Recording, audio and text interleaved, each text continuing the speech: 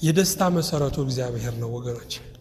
ግን አንድ ነገር ልንገራችሁ፣ በሐዘናችሁ በደስታችሁ ሁሉ ጊዜ አድራሻችሁ እግዚአብሔር ብቻ ይሁን። ምክንያቱም ሐዘንም ደስታም ሁኔታ ነው። ማግኘት ማጣት ሁኔታ ነው። ከፍታ ዝቅታ ሁኔታ ነው። እግዚአብሔር ግን ከሁኔታ በላይ የሚገኝ አምላክ ነው ወገኖች። ሁሉ ጊዜ በስፍራው የሚገኝ ሐቅ አለ። ሁሉ ጊዜ ባድራሻው የሚገኝ ሐቅ አለ። እሱ ምንድነው ካለን እግዚአብሔር ነው።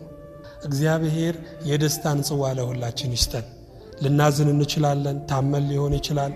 ሞት በተደጋጋሚ በራችንን አንኳኩቶት ሊሆን ይችላል። ደሞዛችን አላደርስ ብሎ ተሰቃይተን ሊሆን ይችላል። ግን ምንም እንኳን በለስ ባታፈራ አይደል ያለው፣ በወይንም ሐረግ ፍሬ ባይገኝ፣ የወይራ ስራ ቢጎድል፣ እርሾችን መብልን ባይሰጡ፣ ላሞችን በጋታ ውስጥ ባይገኙ፣ እኔ ግን በማን ደስ ይለኛል? በእግዚአብሔር ደስ ይለኛል።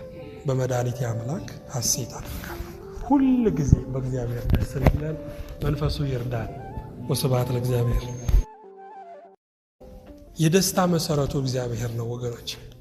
ግን አንድ ነገር ልንገራችሁ፣ በሐዘናችሁ በደስታችሁ ሁሉ ጊዜ አድራሻችሁ እግዚአብሔር ብቻ ይሁን። ምክንያቱም ሐዘንም ደስታም ሁኔታ ነው። ማግኘት ማጣት ሁኔታ ነው። ከፍታ ዝቅታ ሁኔታ ነው። እግዚአብሔር ግን ከሁኔታ በላይ የሚገኝ አምላክ ነው ወገኖች። ሁሉ ጊዜ በስፍራው የሚገኝ ሐቅ አለ። ሁሉ ጊዜ ባድራሻው የሚገኝ ሐቅ አለ። እሱ ምንድነው ካለን እግዚአብሔር ነው። እግዚአብሔር የደስታን ጽዋ ለሁላችን ይስጠን። ልናዝን እንችላለን። ታመን ሊሆን ይችላል። ሞት በተደጋጋሚ በራችንን አንኳኩቶት ሊሆን ይችላል። ደሞዛችን አላደርስ ብሎ